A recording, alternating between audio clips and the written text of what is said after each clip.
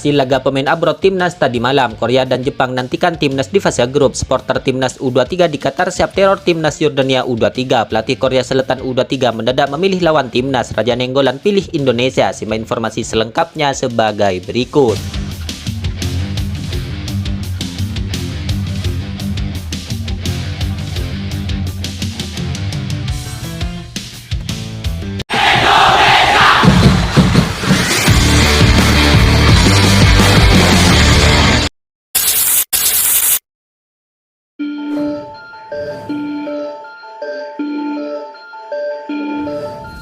Elkan Bagot dan Jay Itzes diketahui tampil penuh saat membela klubnya masing-masing. Hasil berbeda diri kedua punggawa timnas Indonesia ini. Jay Itzes dimainkan Venezia sejak menit pertama saat bertandang ke markas Leko dalam lanjutan Seri B. Tim tuan rumah unggul 1-0 di babak pertama. Kemudian Venezia menyamakan kedudukan selepas turun minum. Tepatnya di menit ke-58, skor pun akhirnya sama menjadi 1-1. Tak lama Venezia membalikan keadaan menjadi 2-1 2 menit kemudian. Skor 2-1 ini untuk Venezia bertahan hingga peluit panjang dibunyikan. Pemain bintang timnas Indonesia Jay Itzes dalam laga ini tidak tergantikan sepanjang laga. Sofa Soccer mencatat Jay Itzes ini membuat 6 kali sapuan, sekali intercept dan 3 kali tackle ke lawan. Kemenangan ini tak mengubah posisi Venezia di urutan ketiga klasemen Seri B dengan 64 poin, di mana Venezia berjalan 6 angka dari pemuncak klasemen. Bergeser ke sepak bola Inggris, bintang muda timnas Indonesia Elkan Bagot diketahui tampil penuh saat membela klubnya Bristol Rovers. Tim tuan rumah menyerah dengan skor 0-2. Kemenangan tim tamu pun atas Bristol Rovers tak bisa dihindarkan. Ya, dalam laga ini Elkan Bagot bermain sepanjang laga. Dia melakukan 5 kali sapuan, 3 blok dan 1 tackle selama menghadapi barisan penyerangan sang lawan. Kekalahan ini membuat Bristol Rovers tertahan di urutan ke-15 klasemen sementara.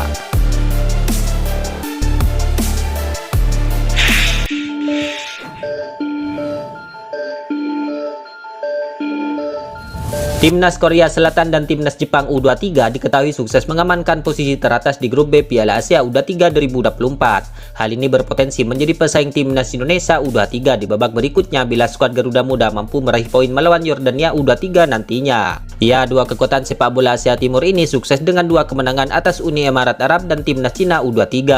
Dalam hal ini, Coach Sintayong sebelumnya memang telah menyampaikan preferensi menghadapi Jepang daripada Korea Selatan di babak perempat final. Dengan poin maksimal, Korea dan Jepang memang sama-sama mengumpulkan 6 poin, sedangkan Uni Emirat Arab dan Cina belum meraih 1 poin pun. Dengan 1 laga tersisa, Korea dan Jepang memang memiliki keunggulan yang cukup besar. Pertandingan yang tersisa nanti tentu akan menentukan posisi kedua tim ini. Sementara itu, yang bervariasi melawan Qatar dan Australia, Rizky Ridho DKK akan menghadapi Yordania U23. Kemenangan atau hasil imbang melawan Yordania nanti akan membawa timnas Indonesia U23 ke babak berikutnya. Dengan Qatar sebagai pemuncak grup A, Indonesia akan menghadapi runner-up grup B yang akan ditentukan oleh pertandingan Jepang melawan Korea Selatan nanti. Patut dinantikan kemenangan timnas Indonesia U23 atas timnas Yordania ini. Dengan begitu, para fans juga bisa dengan lega menantikan laga timnas selanjutnya di babak fase grup, antara melawan timnas Jepang atau nantinya akan melawan timnas Korea Selatan U23, tim negara Coach Sintayong itu sendiri.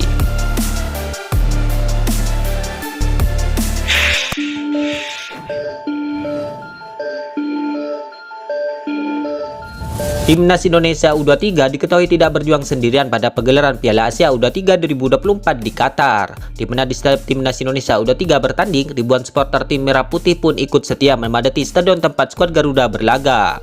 Ya, sebenarnya tidak hanya itu, kesetiaan supporter timnas Indonesia U23 diperlihatkan di Qatar.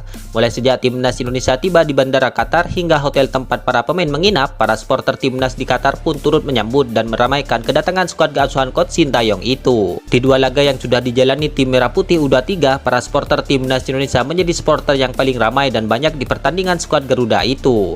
Pertanyaannya, akankah tim Merah Putih akan kembali mendapatkan dukungan ribuan supporter di laga pemungkas nanti? Maka jawabannya adalah tentu. Yang pasti, para supporter timnas Indonesia U23 diperkirakan akan kembali memberikan dukungan yang terbaik pada tim kebanggaannya di Qatar. Apalagi laga nanti melawan timnas Yordania U23 adalah bagian dari laga penentu tim Merah Putih lolos atau tidak ke babak berikutnya di Piala Asia U23 2024 ini.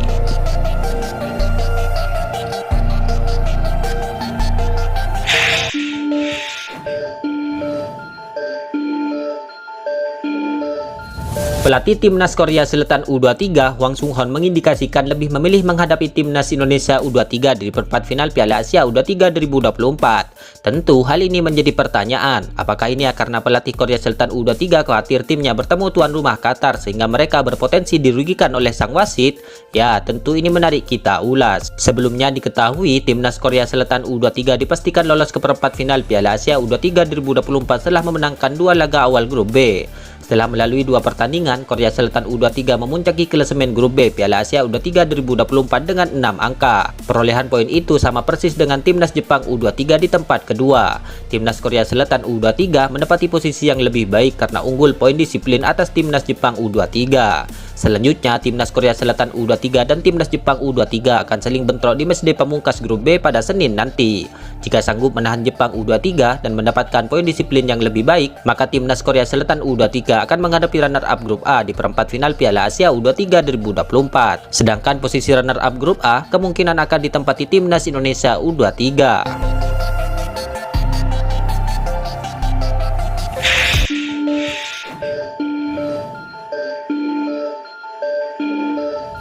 Gelandang Bayangkara FC, Raja Nainggolan masih belum mengetahui masa depannya di Liga 1 setelah kontraknya akan habis akhir musim ini. Pemain berdarah Batak itu mengaku masih ingin bermain sepak bola di Indonesia dan berharap ada tim lain yang merekrutnya.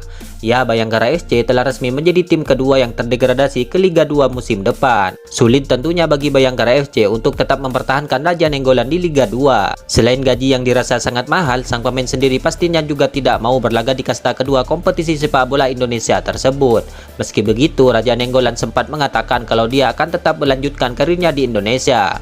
Mantan gelandang AS Roma itu sedang menunggu klub yang tertarik mendapatkan jasanya di Liga 1 musim depan. Saya tidak tahu, saya berharap ada yang merekrut saya. Saya rasa saya masih bermain baik dan masih memiliki kualitas, kata Raja Nainggolan. Jadi saya rasa saya masih bisa memberikan kontribusi di sepak bola Indonesia, sambungnya lagi. Raja Nainggolan menegaskan bahwa dirinya masih ingin bermain sepak bola dan memberikan kontribusi untuk Indonesia. Saya masih ingin bermain sepak bola, saya masih cinta dengan sepak bola. Saya rasa saya masih bisa memberikan kontribusi, tegas Raja Nainggolan. Pada musim ini, Raja Nainggolan telah memainkan total 9 pertandingan bersama Bayangkara FC. Dari 9 laga itu, dia mampu membuat 1 gol dan mengkreasikan 3 assist buat rekannya untuk mencetak gol. Dilihat dari kapasitasnya, Raja Nainggolan memang belum habis. Penguasaan bola dan akurasi umpannya terlihat masih terjaga dengan baik. Menarik kita tunggu klub apa yang nantinya akan benar-benar merekrut Raja Nainggolan musim depan. Itulah ulasan terkini hangat dan menarik seputar tim Merah Putih yang dapat kami sajikan hari ini. Jangan lupa dukung terus tim Merah Putih di channel ini dan salam olahraga.